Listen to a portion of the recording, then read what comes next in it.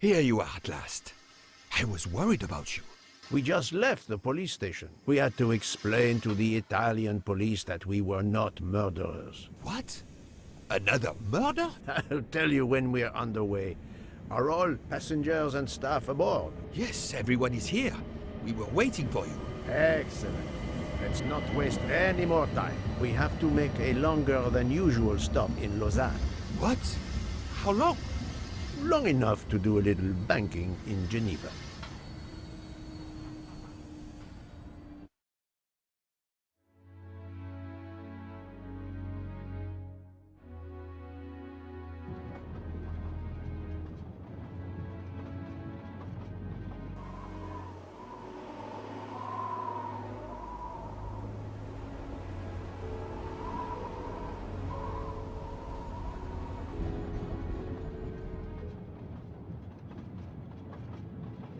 But this is madness.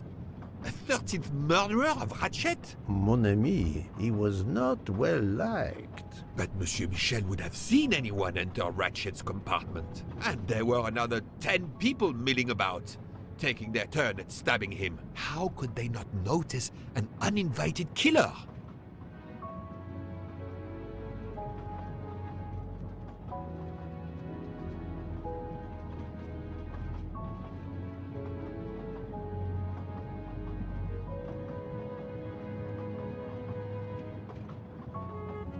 Pierre Michel's testimony is, of course, false. He was actively involved in the murder plot.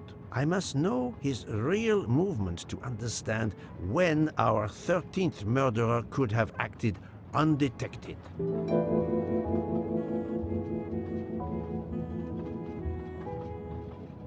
Yes, he most certainly returned to the train. How can you be sure? It's obvious. I mean, I hope Mr. Poirot agrees. Please continue, Detective Locke.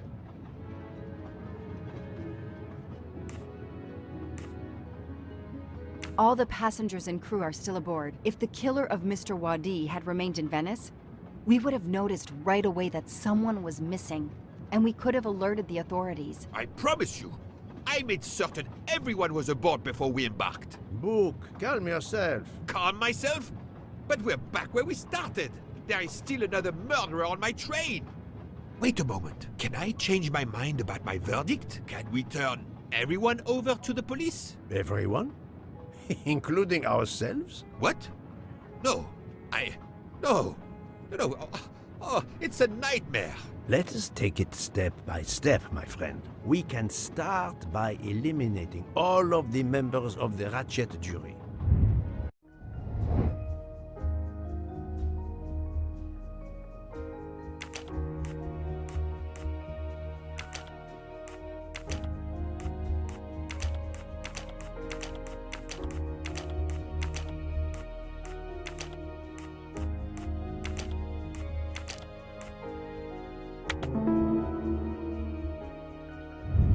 That's the right answer. If we eliminate the 12 jurors, we are left with 7 additional suspects. 7? It's still too many. I agree.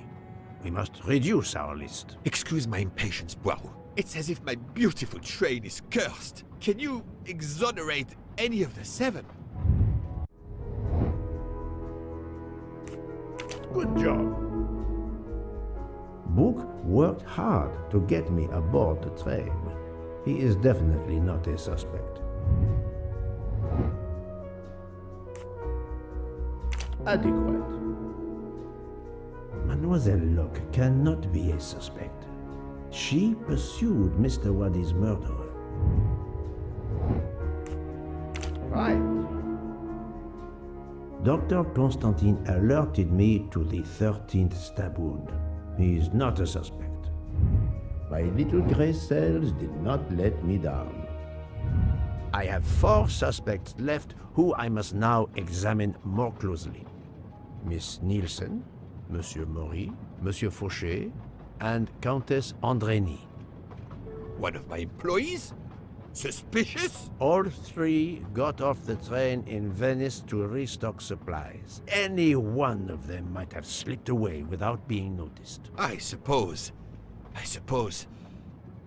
But what of Countess Andreni? You cleared her yourself. She is cleared of the first murder, but we know little of her movements here in Venice, so we still have 4 suspects to interview. Detective Locke? I can't join you, Poirot. My chief saw something on the news about the case and my involvement. He's demanding an explanation. If I want to keep my badge, I have to call him. Then you must do so by all means. I'm sorry. No need to apologize. I understand. I'll make the call for my compartment. If you're looking for me, I'll be there. I hate to say this, Poirot, but I must. There is, of course, one other suspect with a motive for murder. The ransom money. You mean Detective Locke? Then who did she chase? Who killed Aziz? We both saw the masked murderer standing over the body.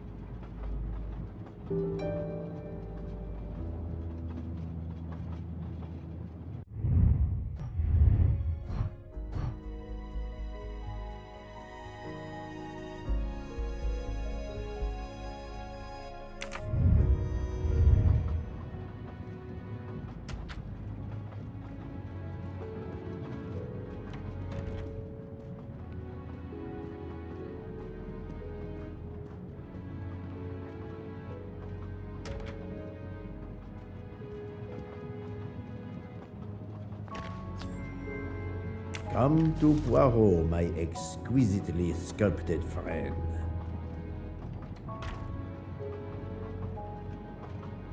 Doctor, I need to question Countess Andreni. I'm afraid that won't be possible, Mr. Poirot. The Countess had an anxiety attack when we arrived in Venice. She was terrified the police would come for her and her husband, despite how you concluded your investigation. I had to give her a sedative. She has been sleeping since. You have stayed with her all the time we were in Venice? Count Andreni begged me to watch over her. I have not left this room. You're the reason she's in this state. Book voted to absolve you all. I accepted his verdict. I told her. I tried to reason with her. What she has already suffered, the strain of these last few days, it was too much. I understand, Count. It's quite all right. I have the answers I came for.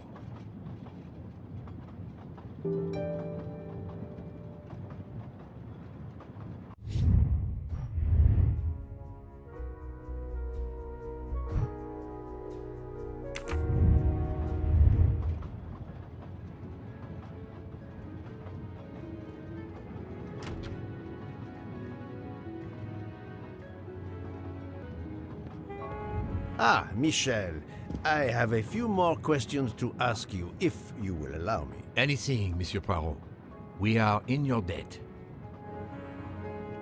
Please tell me your movements when we were stopped at Venice Station. Once the compartments were cleaned and the linen refreshed, I stayed in my quarters. Did you notice anything special? Comings and goings? Monsieur Bouc had asked everyone to stay in their compartments. I would occasionally walk the train to ensure everyone was comfortable. Oh, I saw Monsieur Maury was all alone loading his crates of provisions. A great chef like that, reduced to petty labor, I would have helped him. But Monsieur Bouc had ordered me not to leave the train for any reason. So, Monsieur Maury was forced to labor alone. Let us review the actual timeline of the night of Ratchet's murder, not the one manufactured to hide your crime. I left the train in Minkowski for a smoke. Then I resumed my post. That was the truth. The train departed on schedule. But then, of course, an avalanche of snow blocked the tracks. At 12:45, Madame Hubbard and I met in her compartment to discuss how to adapt our plan. Due to the snow and Poirot. The little play we had staged for you had to be rewritten. I left her compartment at approximately 1:15. Then the curtain went up. Calls in the night, the red kimono, all for my benefit. And all for nothing, as it turned out. Do not blame yourself, Michel. I am the theater critic no playwright wants to see in the audience.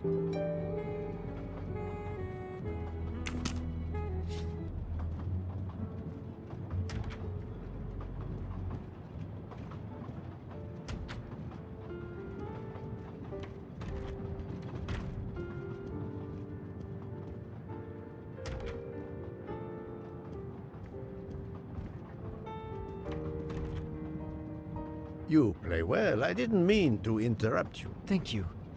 Many years of piano lessons thanks to my mother. I try to play in a few clubs in Paris when I get the chance, but as you can see, it hasn't made me rich. What can I do for you? Conversation only. Tell me about your time in Venice. I had Monsieur Bouc's permission to see my sister. She lives in Marghera, just outside of Venice. She had a baby a few weeks ago. This was my first chance to meet my new nephew. Monsieur Bouc gave you permission? Yes, you can ask him. Most assuredly, I will.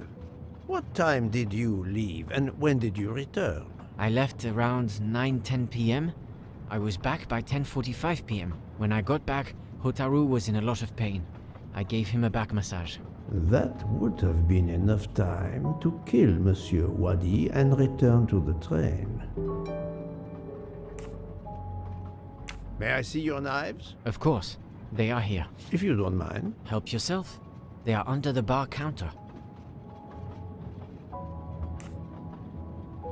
Tell me again about your poker game the night of the murder. It's a regular game to help relax after a long day. Let's see, we started around 11 p.m. We took a short break in Vinkovsky, Hotaru, Pierre, and I. The game finished up around 2 a.m. We'd all had quite a bit to drink. Ah, yes, I left for about 10 minutes to refrigerate champagne for the next day. That must have been around 1 a.m.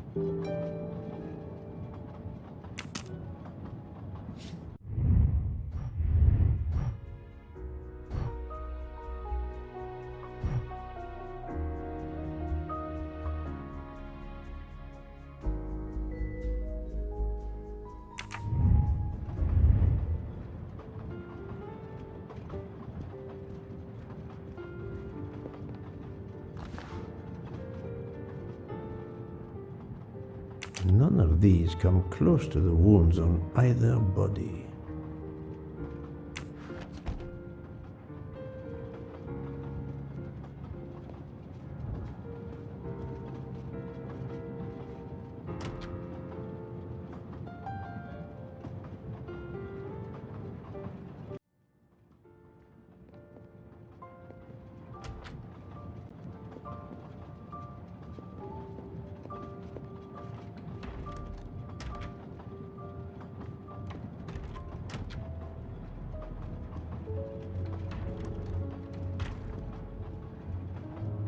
You told Fauché he could go into Venice? Marghera, actually. Not so far away. It was his only chance to see his sister. He's been working every trade for weeks. There is never time to see the new baby. Enough, Book. Your heart does you credit, but your common sense, it... I know. But it's fine. Isn't it? He did come back. Oh, it's fine, as you say. Unless he saw the baby, then killed someone else and returned to the train. But that's monstrous. Murder is always monstrous, my friend.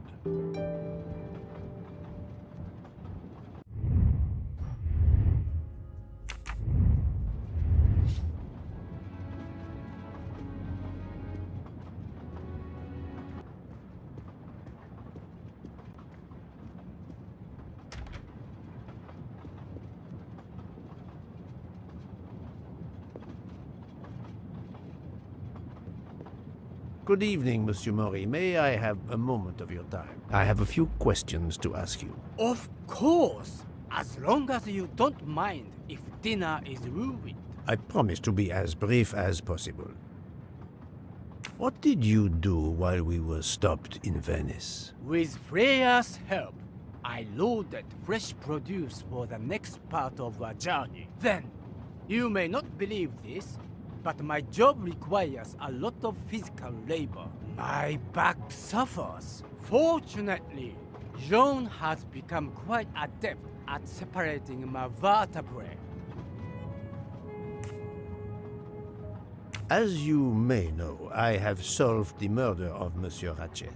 That is a shame. I beg your pardon? The bastard sent my steak tartar back, telling John I was to burn it. I will add it to the list of his crimes. One wound on Monsieur Ratchet's body was struck by a very sharp, thin-bladed knife. We haven't found it yet. You think one of mine was used? I'd like to have a look if you don't mind. In that drawer. An impressive set of knives, but their blades are too wide to have been used for the crime. Tell me about your poker game the night of the murder. We started around 11 p.m.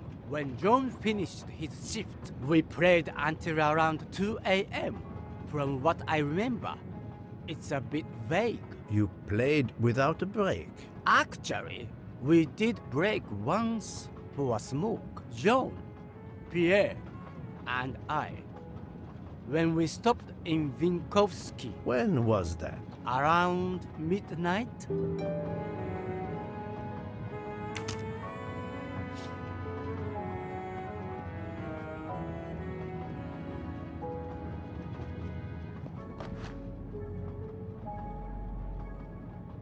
Saffron. It must be worth a small fortune.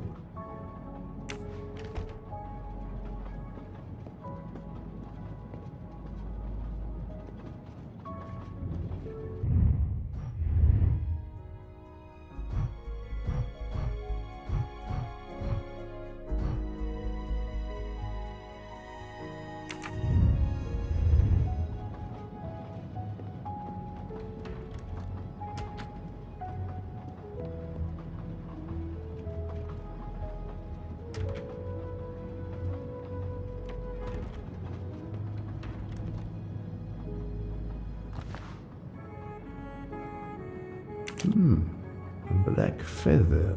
That reminds me of something.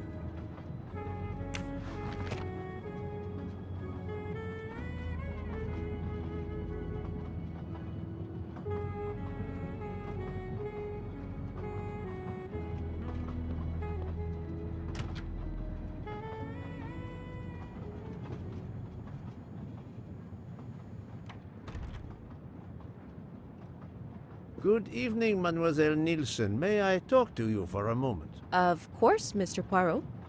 I'm not going to bed right away.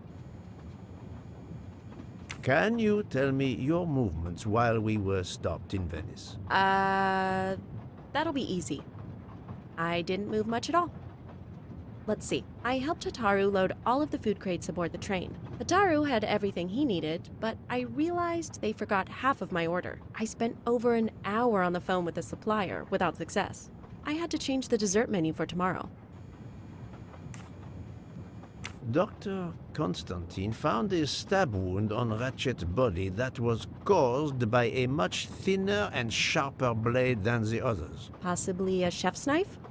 My thought precisely. And you'd like to see my knives? If you wouldn't mind. I would gladly show you if I had any, but I don't. I use the regular kitchen knives. You may search if you don't believe me. I see. All the knives the staff use are in the kitchen or in the lounge, except... Except Otaro prefers to use his own. Monsieur Mori doesn't use the kitchen knives? Not usually. I know he keeps a set of traditional Japanese knives in a box in his room. He doesn't let anyone else use them. Although now that I think of it, he has been using the kitchen knives lately. Can you tell me exactly about your poker game the night of the murder? We started around 11 p.m. In Vinkovsky, we took a short break. Hataru and Pierre went outside to smoke. Oh, and Hataru got sick around a few minutes past 1 a.m. 1:10 a.m. maybe? He spent about 15 minutes in the bathroom, but he didn't want to quit on a losing streak. Did his luck improve? No, so we played to around 2 a.m. He lost every hand. I've talked to everyone, but some elements of the testimonies do not seem to correspond. I need to recheck a few things.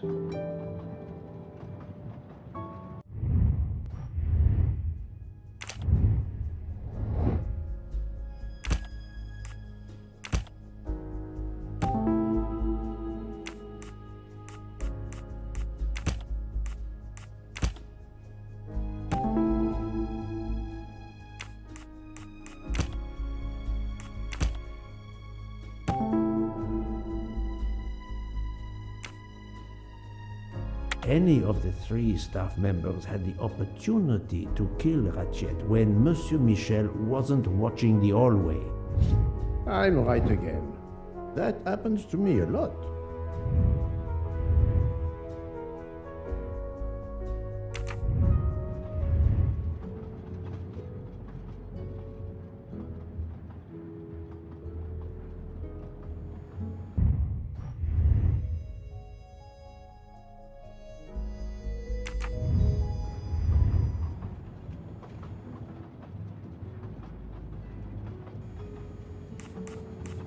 Remind me of what you did when the train stopped in Venice. No problem. I helped Hotaru load all of the food crates aboard the train. Hotaru had everything he needed, but I realized they forgot half of my order. I spent over an hour on the phone with the supplier, without success. I had to change the dessert menu for tomorrow.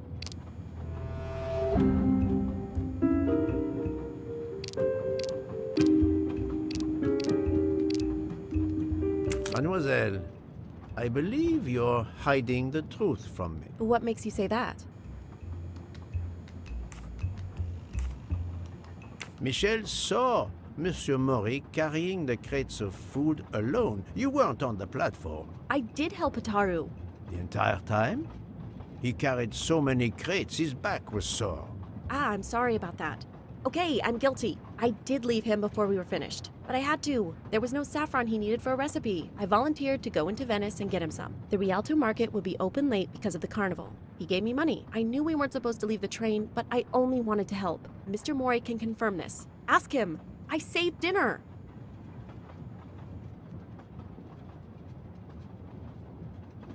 Oh, on behalf of my palate, I thank you.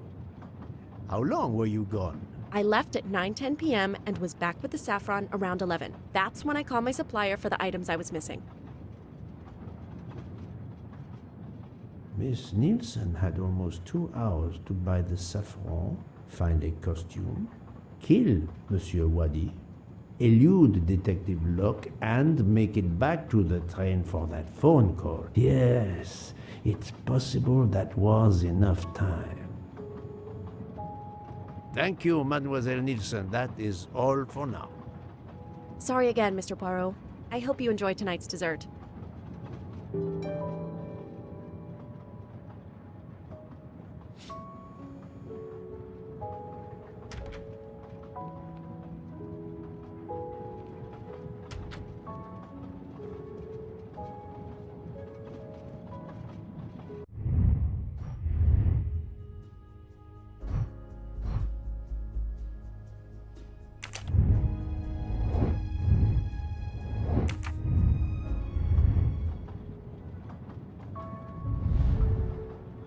The box is secured by some sort of locking mechanism. The design is formed by 3 commas. What is the word in Japanese? Tamoe. And it's obviously missing a piece.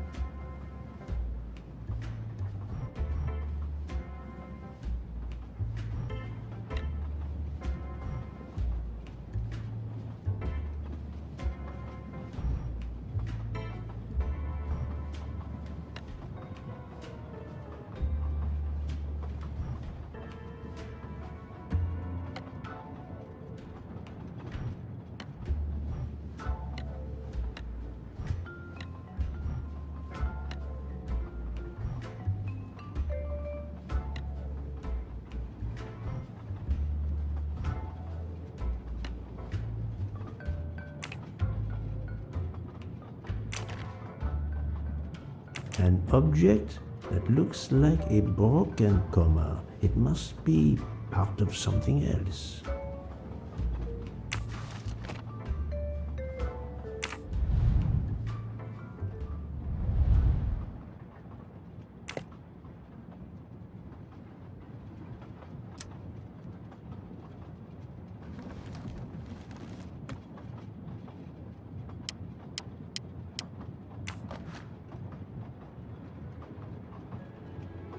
Sushi knives, razor sharp.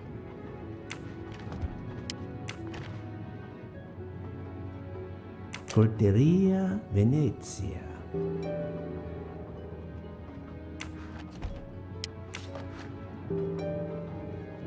Sushi knives, razor sharp.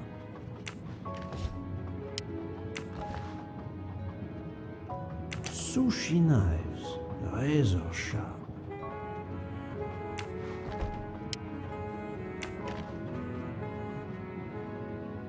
Sushi.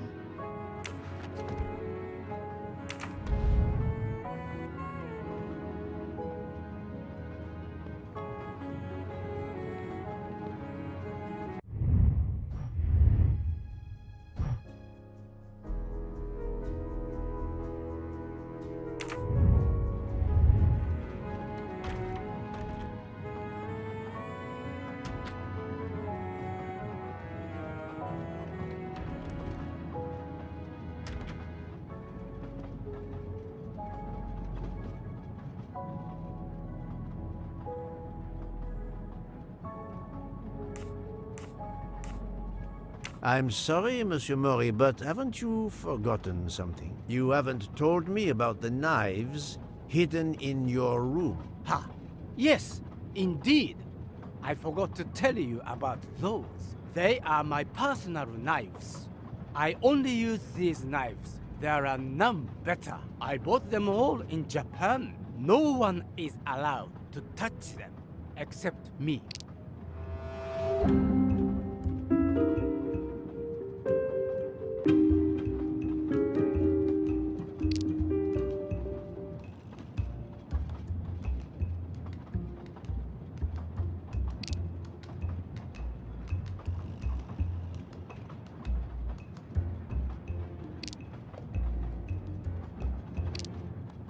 I'm afraid you are better at sushi than lying. What? What do you mean?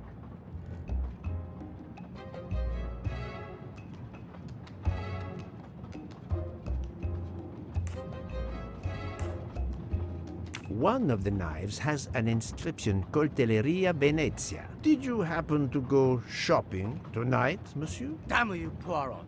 Very well. One of my sushi knives has been missing since the night of the murder. I thought you were going to believe I killed Ratchet. He routinely sent back my dishes to be ruined. Why does God give rich people the money to afford the best cuisine, but not the palate to appreciate it? I panicked.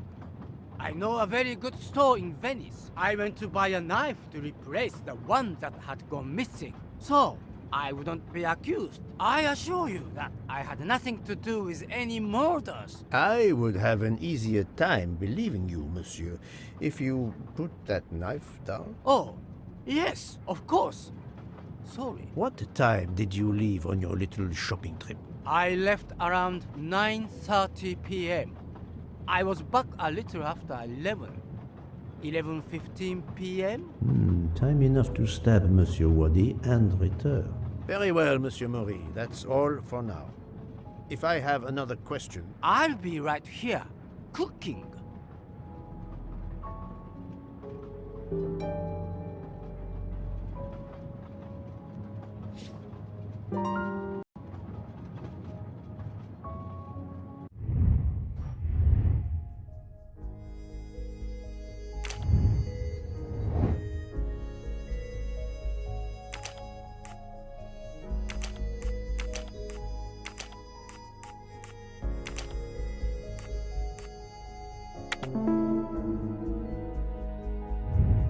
That was easy.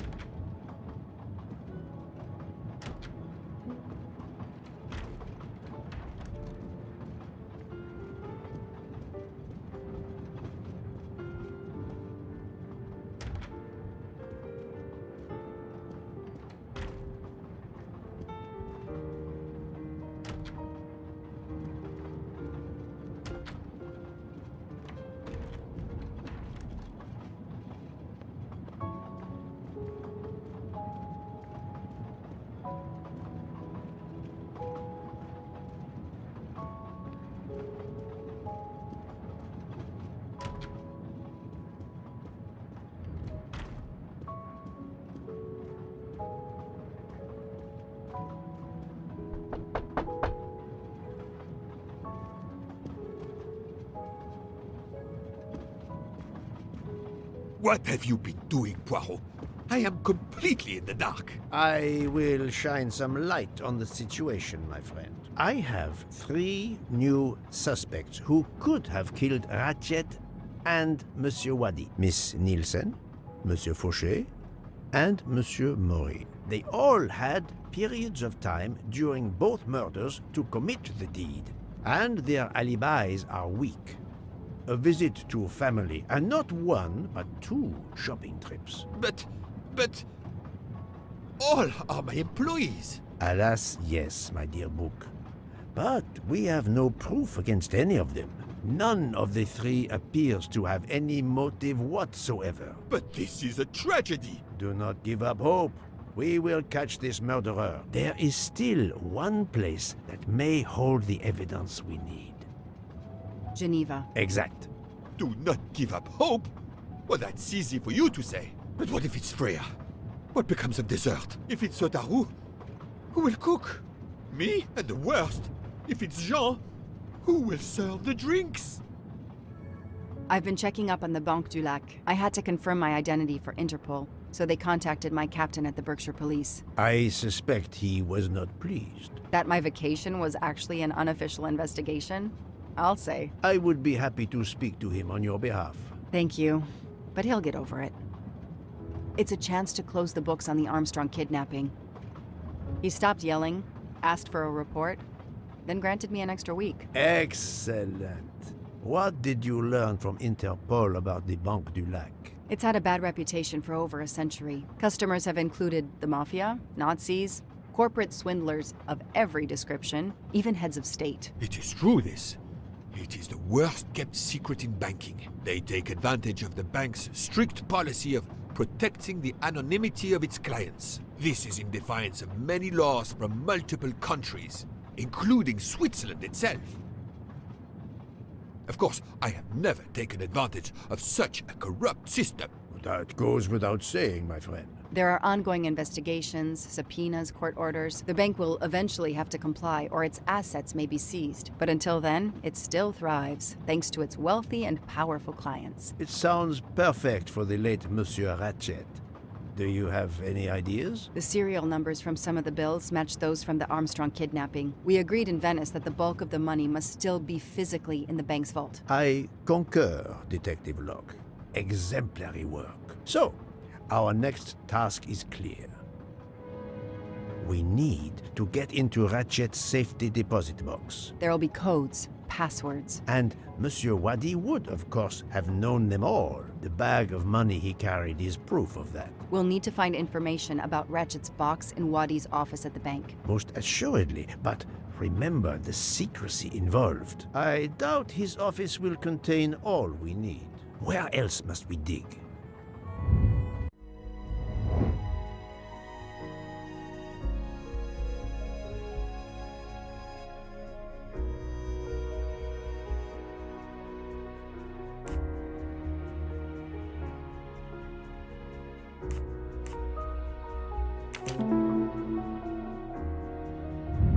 That's the right answer. Mr. Wadi couldn't keep all of his secrets at the bank. Hopefully we'll find something in his apartment. We already have his address thanks to his passport, and his keys we retrieved from his body. The train stops in Lausanne at 8 a.m. But that's far from Geneva. I can delay the departure until 11 a.m. No later. The police are expecting us in Paris by the end of the afternoon at the latest. They won't tolerate any delay. The bank doesn't open until 9. I can see only one way that gives us a chance to be on time.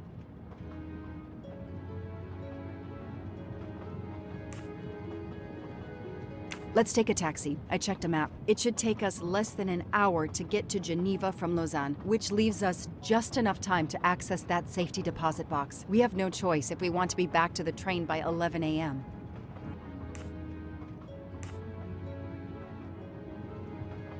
The best thing is to separate. One of us searches his apartment, the other searches his office. To access the safety deposit box, we need to find the key, the box number, and the passcode. Suppose you find all this. How do you plan to get into the vault?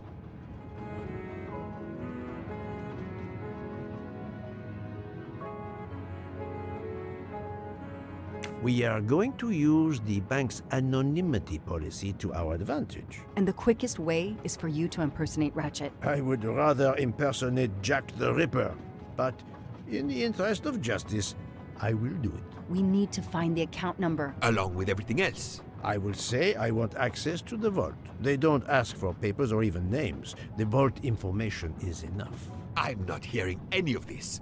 I run a train company. I don't rob banks. Perfect. Let's recap the plan.